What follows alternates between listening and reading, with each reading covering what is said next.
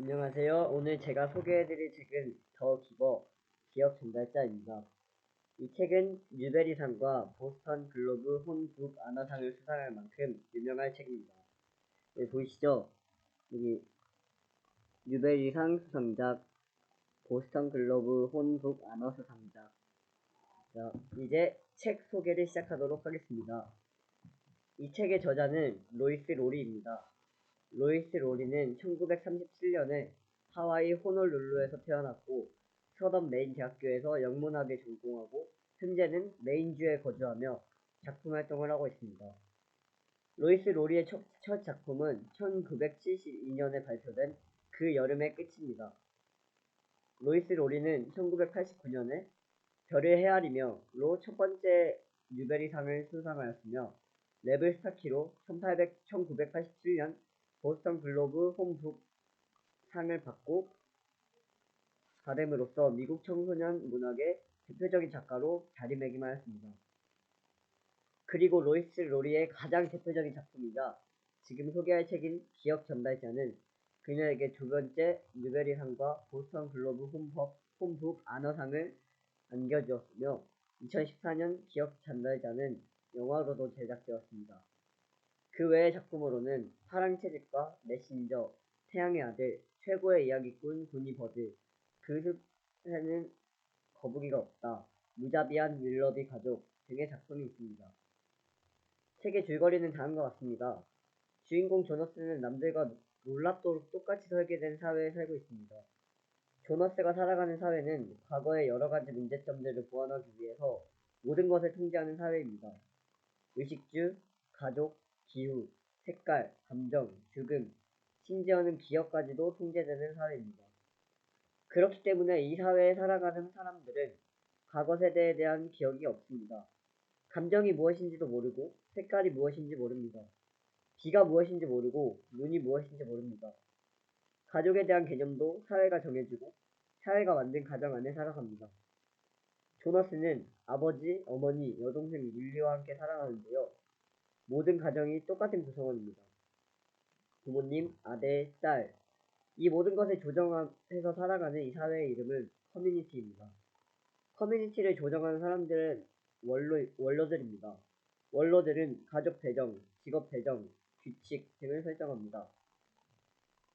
이 사회에 살아가는 사람들은 나이에 따라 같은 복장과 같은 환경을 가지게 됩니다. 7살이 되면 앞 단추가 달린 재킷을 받습니다. 8살이 되면 단추가 잡고 주머니가 달린 재킷을 받습니다. 머리 스타일도 동일합니다. 여자아이들은 10살이 되면 지금까지 했던 따은 머리를 풀고 남자아이들은 10살이 되면 길고 어려 보였던 머리를 자르고 남성스러운 머리를 하게 됩니다. 그리고 9살이 되면 자전거를 받게 된다는 사실도 동일합니다. 이처럼 복장, 머리, 모든 것이 획일하는 상황을 이들은 항상 같은 상태라고 합니다. 그리고 이들은 8살이 되면 선택할 수 있는 자유가 주어집니다. 나중에 그들의 직위를 배정받는 척도가 되는 봉사시간이 주어지는 것인데요. 사람들은 노인의 집에 가서 일할 수 있고 재활의 집에 가서 일할 수 있습니다.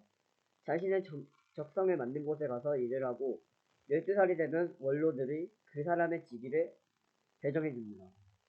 그리고 자신이 직업을 수행할 수 있는 나이가 되면 노인의 집에 들어가 남은 인생을 살다가 임무해제를 받게 되는 것이 이들의 삶입니다. 여기서 임무해제란 지금의 안락사와 비슷한 개념이라고 보시면 될 것 같습니다. 많은 직위가 있지만 그 중에 특별하다고 여겨지는 직업은 단연코 주인공 조너스가 받게 된 직위인 기억 보유자입니다. 기억 보유자는 특별한 능력이 있는 사람만 선출되는 직업입니다. 책의 표현을 빌리자면 사물 저 너머를 볼 수 있는 능력이 있어야만 기억 보유자가 될 수 있습니다. 기억 보유자는 공동체 안에서 유일하게 과거의 기억을 가지고 있는 사람입니다. 과거의 기억들을 바탕으로 장로들에게 조언해주는 역할을 합니다. 또 기억 보유자는 규칙에 국한받지 않습니다. 거짓말을 할 수 있으며 마음대로 질문할 수 있습니다. 이런 규칙들에서 예외가 됩니다. 조너스는 직위를 배정받기 전과 후로 완전히 다른 삶을 살게 됩니다. 조너스는 기억 보유자가 되기 위해 기억 전달자에게 기억을 전달받습니다. 기억을 전달받는 과정은 간단합니다. 침대에 윗옷을 벗고 엎드리면 기억 전달자가 등에 손을 대고 기억을 전달해주면 과거의 기억 속으로 들어가 기억을 경험합니다. 조너스가 처음으로 배정받은 기억은 눈에 관한 기억입니다. 처음 경험해본 눈의 기억은 너무나도 새로운 감촉이었습니다. 바늘에 찔리는 것 같지만 고통은 없고 작고 차가운 점들이 하늘에서 내리는 것을 맞을 때 절로 행복해지는 느낌을 받을 정도였습니다. 그리고 조너스는 언덕에서 썰매를 타기 시작했습니다. 작고 차가운 눈이라는 것을 맞으며 빠른 속도로 언덕을 내려가기 시작했습니다. 조너스는 엄청난 즐거움을 만끽했습니다. 기억 전달이 끝나자 조너스는 많은 의문이 생겼습니다. 왜 현재는 눈이 없으며 또 썰매가 없고 언덕이 없을까? 이는 모두 효율성과 관련이 있었습니다. 눈이 내리면 곡식이 자라지 않고 그렇게 되면 농사기간이 짧아지니 기후 통제로 인해 눈이 사라진 것이었습니다.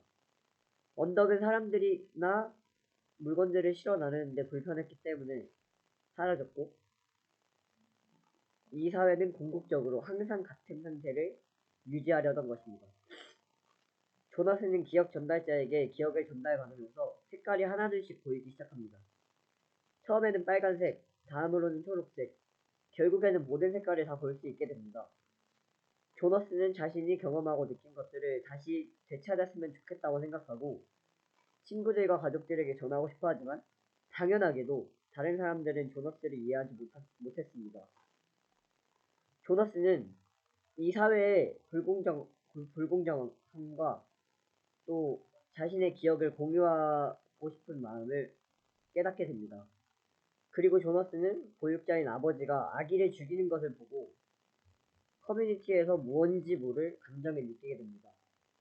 조너스는 커뮤니티 밖으로 탈출을 결심합니다.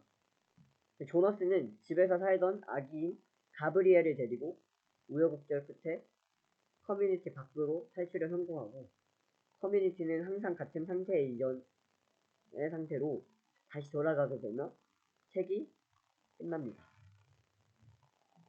이 책을 읽으면서 느꼈던 것은 우리는 전쟁, 질병, 차별, 기후변화 같은 것들이 없는 사회에서 살아가는 것을 꿈꾸고 소망하기도 합니다. 이것이 진정한 유토피아일 것이라고도 생각하게 됩니다. 그러나 이 책에 나오는 커뮤니티가 과연 진정한 유토피아인지는 의문이 들었습니다.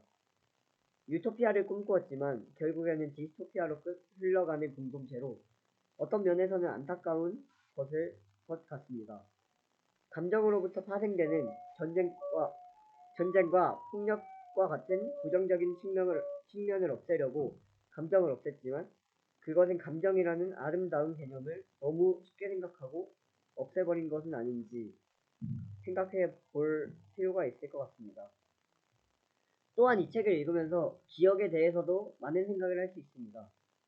과거의 기억이 과거에만 머물러 있는 것이 아니라 현재까지도 영향을 미친다는 것을 깨닫게 됩니다. 사실 우리는 과거의 기억으로 현재를 살아갈 수 있고 현재의 기억을 바탕으로 미래를 준비할 수 있습니다.